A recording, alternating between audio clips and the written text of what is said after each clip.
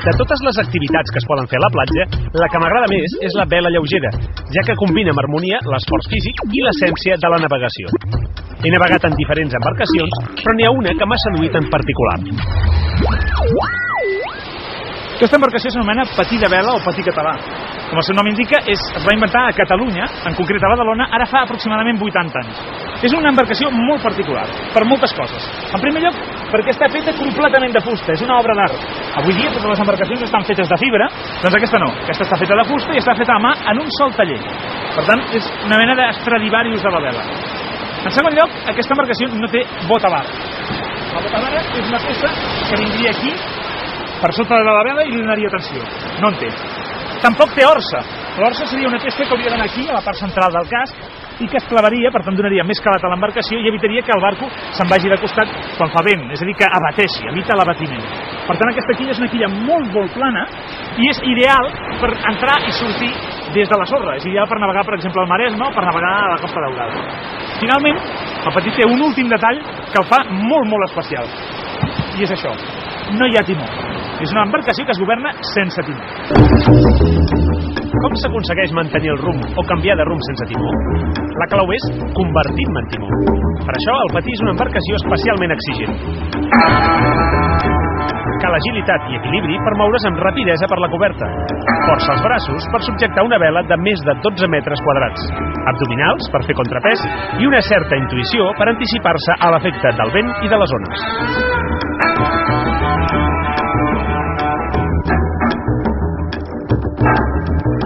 Hi ha dues maneres de governar un patí sense timó, amb el pes del tripulant i amb la tensió de la vela. Amb el pes, a mesura que el tripulant es va tirant cap a proa, cap a la part de davant del vaixell, el vaixell tendeix a tancar-se al vent, és a dir, a orçar, fins a un punt que es quedaria completament encarat. Si jo em poso aquí, a la proa del tot, el vaixell es queda segur en pocs instants encarat al vent, i la vela flamejant. La virada és la maniobra en què s'aprecia més bé aquest principi. En primer lloc, m'aixeco i em situo gairebé a proa del tot. L'embarcació s'encara al vent i la vela comença a flamejar. Aleshores, aquartero la vela, és a dir, l'obligo a agafar el vent per l'altre costat mentre em desplaço a popa. L'embarcació gira i arrenca en el nou rumb.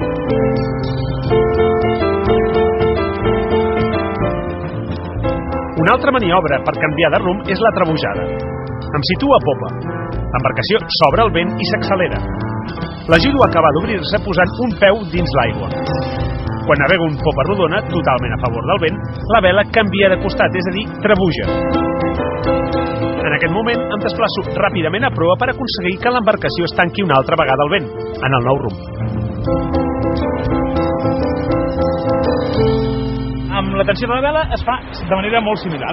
A mesura que dono tensió, que casso, l'embarcació tendeix a obrir-se al vent, és equivalent a que anés enrere.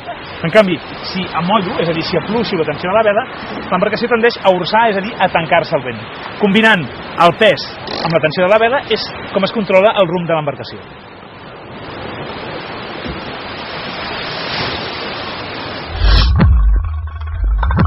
Bé, Pere, ara que ets aquí al laboratori, necessito que siguis més petit, tinc un pes de 100 grams, per simular-te, i perquè ens expliquis encara més bé com funciona el patí català. Molt bé, accepto el repte.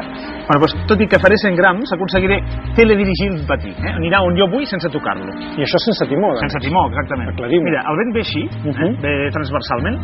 Jo poso el pes a la popa, a l'última bancada de popa, l'enganxo així una mica perquè no es deixi anar, i el poso, no li dono cap mena d'impuls, el deixo anar, i teòricament, fixa't que ja comença a girar, anirà a morir allà, aquell canto d'allà. Fixa't. S'accelera, que agafa el vent. Es comporta exactament igual que un vaixell gran. Són els mateixos principis que en un vaixell gran. Però tot i així, per veure més particularitats, potser que el portem a la taula, sí, que aquí encara ho podrem ensenyar millor. Mira, per governar un patí depèn de la posició relativa de dos punts. Un ve determinat pel vent, que incideix aquí, aproximadament aquí. Això és el centre bèl·lic. El centre d'aplicació de la força del vent. Justa.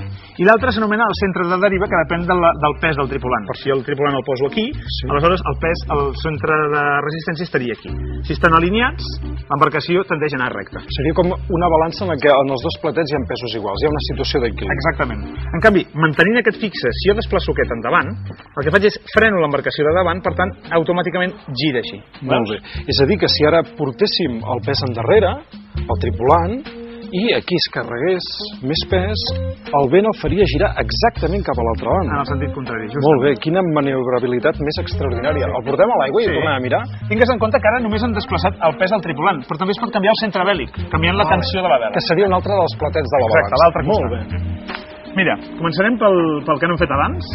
Per tant, l'embarcació tindrà tendència a anar cap allà. Vale. I Hi ha li més dono espai. més recorregut, poso aquí el pes bastant a proa, l'enganxo bé, un cop més no li dono cap mena d'impuls.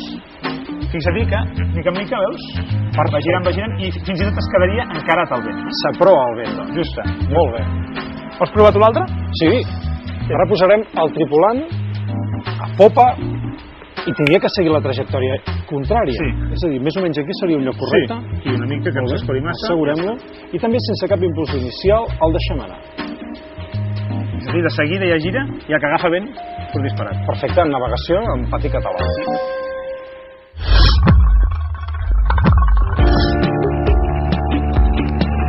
Quan no es canvia de rumb, la tècnica per governar el patí és la mateixa, però s'aplica d'una manera més subtil. Constantment cal caçar o amollar lleugerament la vela i desplaçar el pes a proa o a popa, però sovint n'hi ha prou amb estirar-se o inclinar-se per canviar el centre de gravetat. Les respostes són lentes, per això es diu que el patí no es deixa manar, s'ha de convèncer.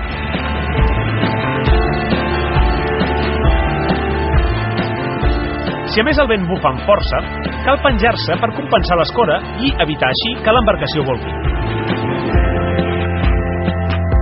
L'entrada a la platja és tan ràpida i còmoda com la sortida. El patí patina damunt la sorra i en un instant soc de nou fora de l'aigua.